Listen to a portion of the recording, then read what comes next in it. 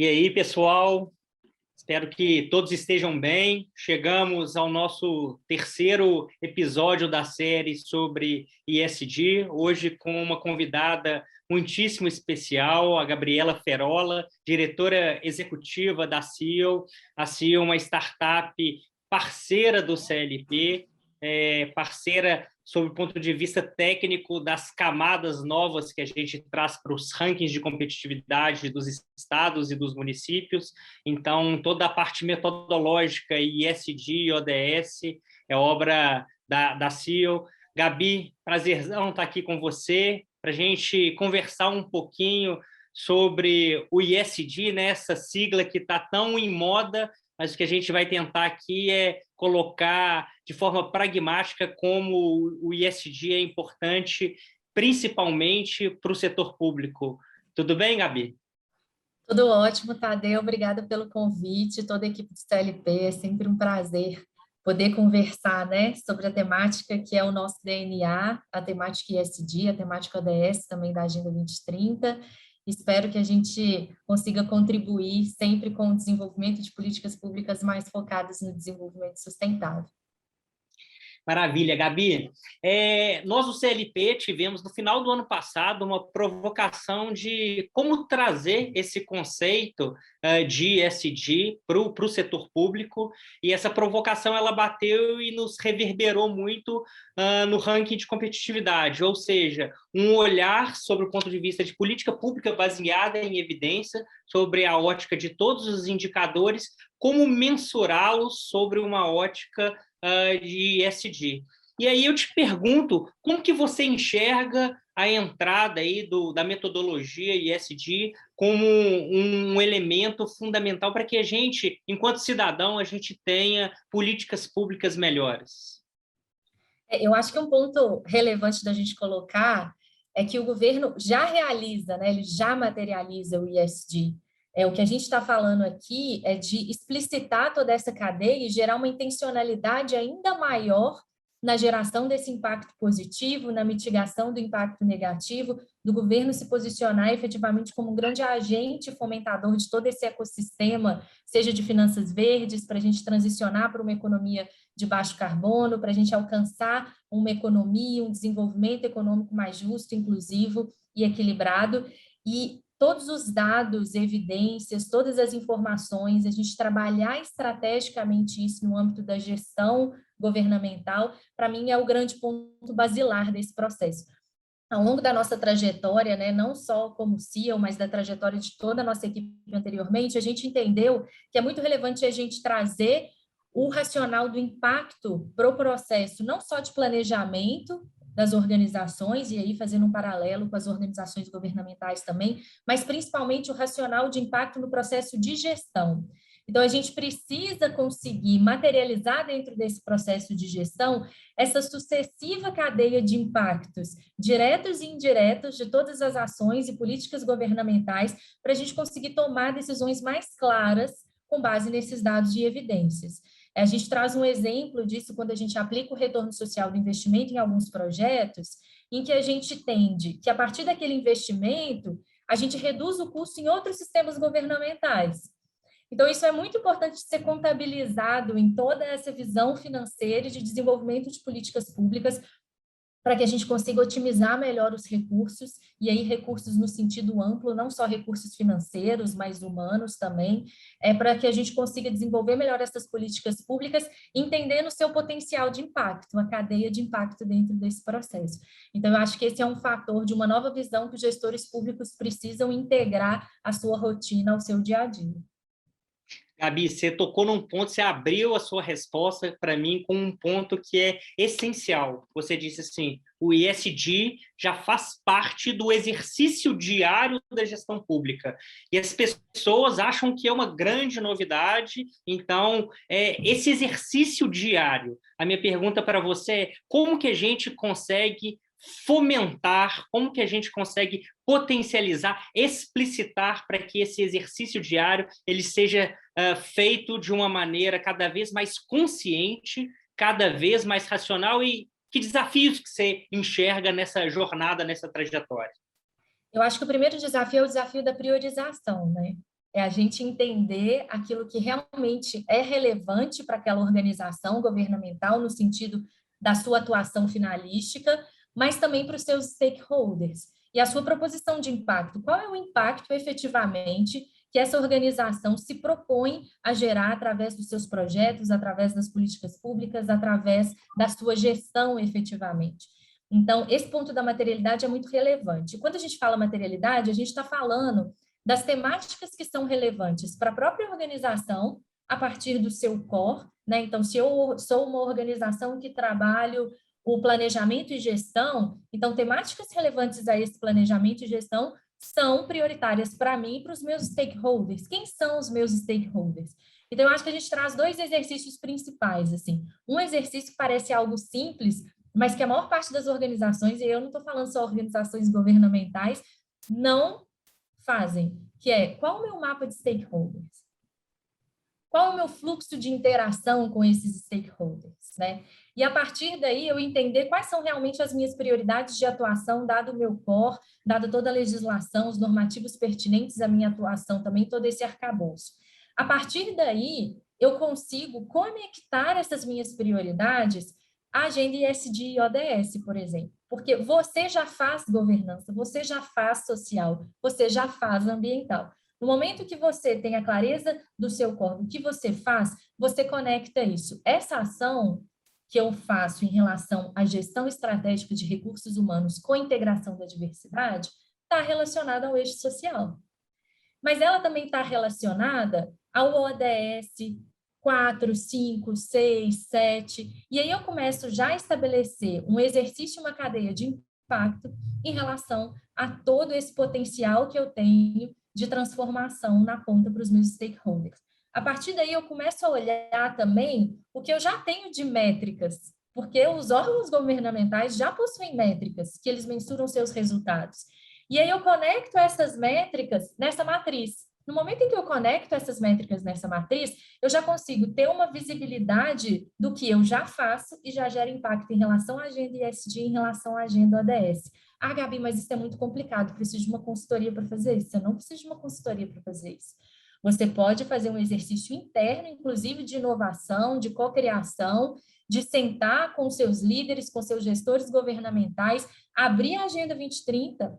Eu sei que são 169 metas, mas abrir a Agenda 2030, entendendo essas minhas prioridades de atuação, como essas prioridades de atuação se conectam a cada uma dessas 169 metas. Se conecta mais, se conecta menos.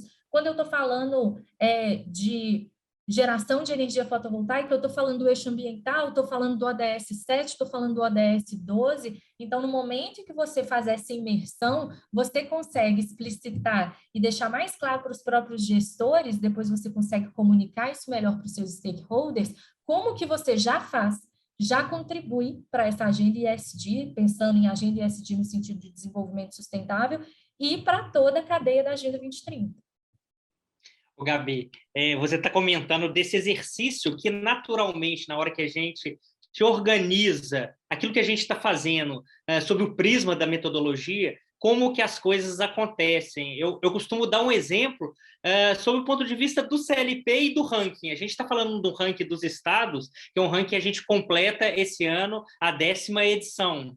E no momento que a CIO passa a ser parceira nessas camadas ESG e ODS, o que a gente viu? No momento que vocês organizaram, explicitou-se para o CLP que dentro na nossa cesta de indicadores, os nossos indicadores ambientais, o E aí, ele estava um pouco manco, ele estava necessitando de que a gente fortalecesse. Então, como que é? Lógico que os estados vão fazer isso sobre a ótica das políticas públicas e de performance, mas como que isso fica fácil? A gente fez para dentro de casa.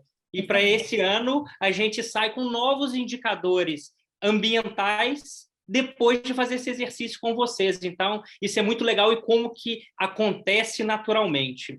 Nessa lógica, pegando aí, eu acho que quando a gente está falando, como você colocou os 3 pilares, como que o equilíbrio deles é importante, mas é muito engraçado que muitas vezes quando se fala em ESG, as pessoas olham muito, focam muito para a parte ambiental, né? Então, eu queria escutar um pouquinho da sua experiência aí rodando metodologias para impacto. Como que você enxerga aí janelas de oportunidade que a gente tem agora com a agenda ambiental, pensando na COP agora em novembro, como que a gente tem o lançamento do ranking agora, a gente está falando muito de ESG, mas também da camada ODS, então da Agenda 2030, como que os estados brasileiros, como que esses entes subnacionais, eles podem aproveitar para alavancar as políticas públicas numa agenda que é cada vez mais importante, mas eu falo que a gente não pode ficar só na agenda, né? As coisas têm que acontecerem. Como que você enxerga isso? Eu acho que a gente tem que pegar muito o viés da atratividade e financiabilidade, né?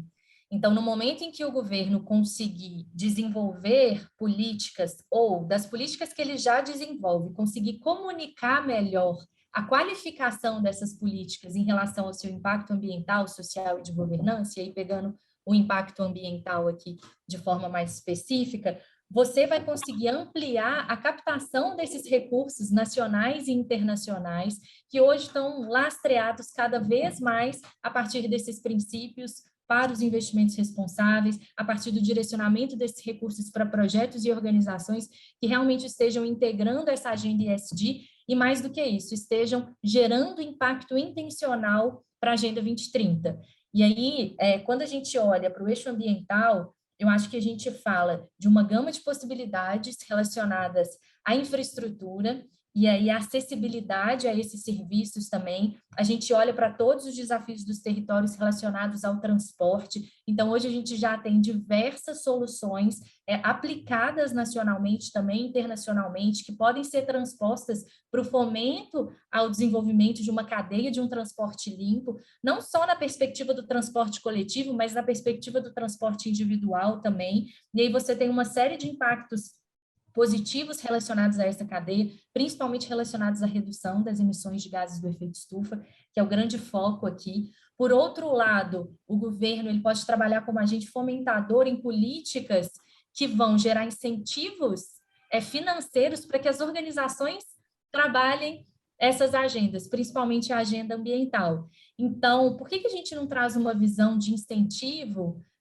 para a implementação de estruturas de usinas fotovoltaicas pelas organizações comerciais, pelas residências, por exemplo? Por que a gente não olha para essa cadeia também de fomento relacionado a estruturas de captação de água? A gente sabe que esse é um problema muito complexo da impermeabilidade das cidades, né, dos territórios. Então, quando a gente trabalha essa visão da captação de água pluvial, a gente reduz a pressão nesse sistema. Então, a gente pode gerar esses incentivos que você tem na ponta uma redução drástica de todos os custos humanos e materiais relacionados a esses processos, com uma contribuição direta também para a redução do risco climático. Então, eu acho que a gente tem esses dois grandes vieses, assim, o setor público qualificando as suas políticas, comunicando melhor o que ele já faz, que isso é muito relevante, o setor público já faz muita coisa relevante, mas não consegue comunicar isso muito bem, demonstrar para o mercado o que ele está fazendo, porque muitas dessas políticas já são qualificadas. E, por outro lado, desenvolver novos arranjos institucionais, trazendo inovações nesse sentido de incentivos, para que toda essa cadeia de organizações privadas, organizações da sociedade civil, consigam implementar essas ações, potencializando toda a rede de impacto dessas políticas públicas. Beleza, boa, Gabi. Vamos pular de letrinha aqui, a gente acabou falando, eu puxei para você falar um pouquinho da parte ambiental. Vamos na parte social, é algo que eu sei, a gente já conversou muito sobre isso, é algo que você estuda bastante. Se a gente ir para o S aí de social, algo que é novidade para as organizações como um todo e que organizações públicas precisam mergulhar nessa discussão, que é a questão de diversidade, né? Fala um pouquinho aí para a gente como que você acha que essa mensuração sobre o ponto de vista social aí pode nos ajudar em políticas públicas voltadas para a questão de inclusão, de diversidade, de equidade? Eu acho que o primeiro ponto passa por uma grande ação de conscientização e sensibilização também, né? Então, uma política interna que traga essa visão de nivelamento sobre todas essas questões é o primeiro ponto fundamental. Posteriormente, eu acho que é entender, fazer uma visão, um diagnóstico preliminar sobre a sua própria cadeia, né?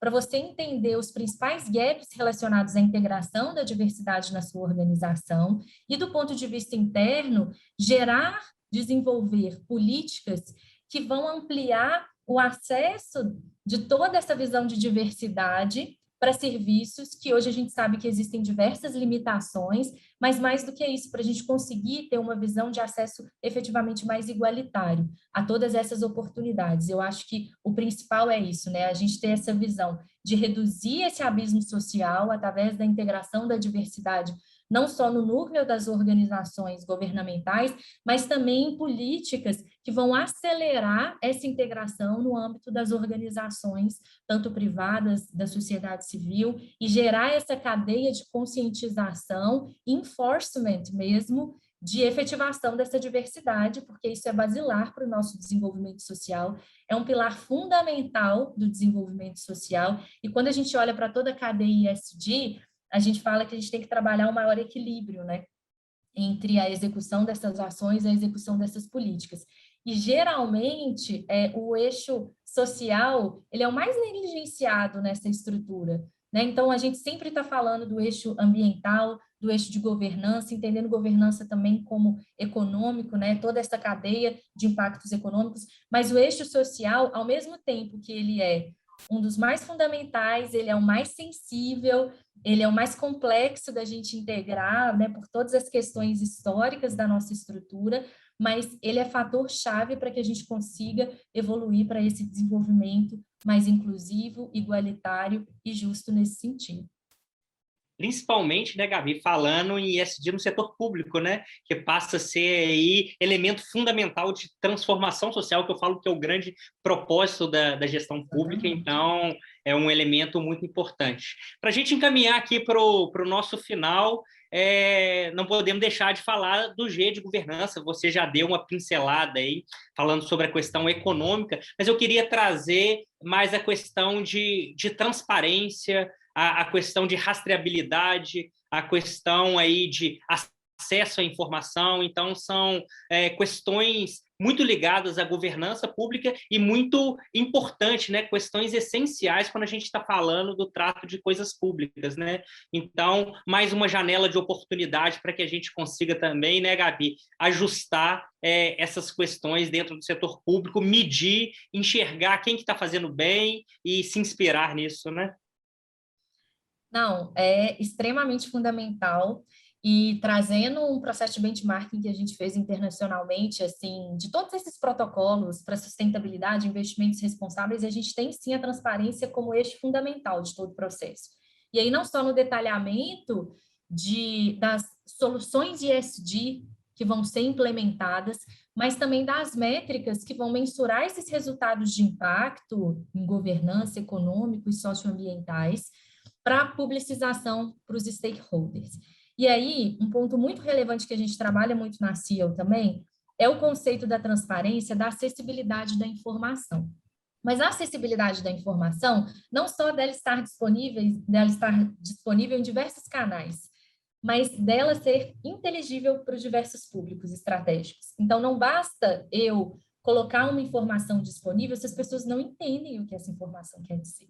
Isso não é transparência. A gente precisa evoluir um pouco desse conceito de transparência para canais e tradução dessa informação para que os meus públicos estratégicos, principalmente do ponto de vista do setor público beneficiário daquela política, consigam entender aquele resultado. Para além do entendimento do mercado, para além do entendimento das pessoas especializadas naquela temática, a gente precisa deixar que o cidadão entenda exatamente o que aquela informação quer dizer. Se ela é positiva, se ela é negativa, se ele consegue trabalhar essa informação de forma integrada com outras informações de outros órgãos. Então, na CIO, a gente trabalha isso muito com os nossos parceiros, os nossos clientes, é um grande eixo de atuação da gente fazer essa tradução da informação. Perfeito, Gabi. Eu acho que fechando com chave de ouro, eu brinco sempre, falo no CLP, com que a gente vem trabalhando, a gente trabalha muito com dados, com evidências, com políticas públicas em geral, e eu falo o seguinte, eu sempre me pergunto que minha mãe vai entender isso. Eu coloco a minha mãe como uma figura representativa disso que você falou. As pessoas vão entender. Uma questão é nós, enquanto técnicos, a gente tem que sair, quando for embalar a narrativa dessa tecnocracia, para uma linguagem que as pessoas compreendam e se engajem. Então, muito legal. Chegando aqui ao final, Gabi, te agradecer. No próximo dia 30 temos aí o lançamento do ranking de competitividade dos estados na B3. Te esperamos na B3 para participar. Te agradecer mais uma vez toda a confiança, todo o trabalho em cima do ranking e, enfim, considerações finais para que a gente possa fechar esse episódio aí com chave de ouro. Obrigado, viu, Gabi? Não, muito obrigada a vocês pela parceria, por acreditar, né, nessa construção coletiva desse trabalho que foi feito a várias mãos entre CIA, o CLP e toda a rede de parceiros do CLP também. Então, é fruto de todo esse desenvolvimento conjunto, da gente conseguir trazer essa visão inovadora e de cocriação para a superação dos desafios para o desenvolvimento sustentável nos territórios. Então, acho que é com todo esse espírito de cooperação que a gente participou desse processo, 100% alinhado ao nosso propósito, ao nosso DNA, e é com muita animação e muito ansiosas que nós estaremos no ranking no dia 30. Então, eu acredito que vai ser um grande marco nacional e internacional para o desenvolvimento sustentável de territórios, né?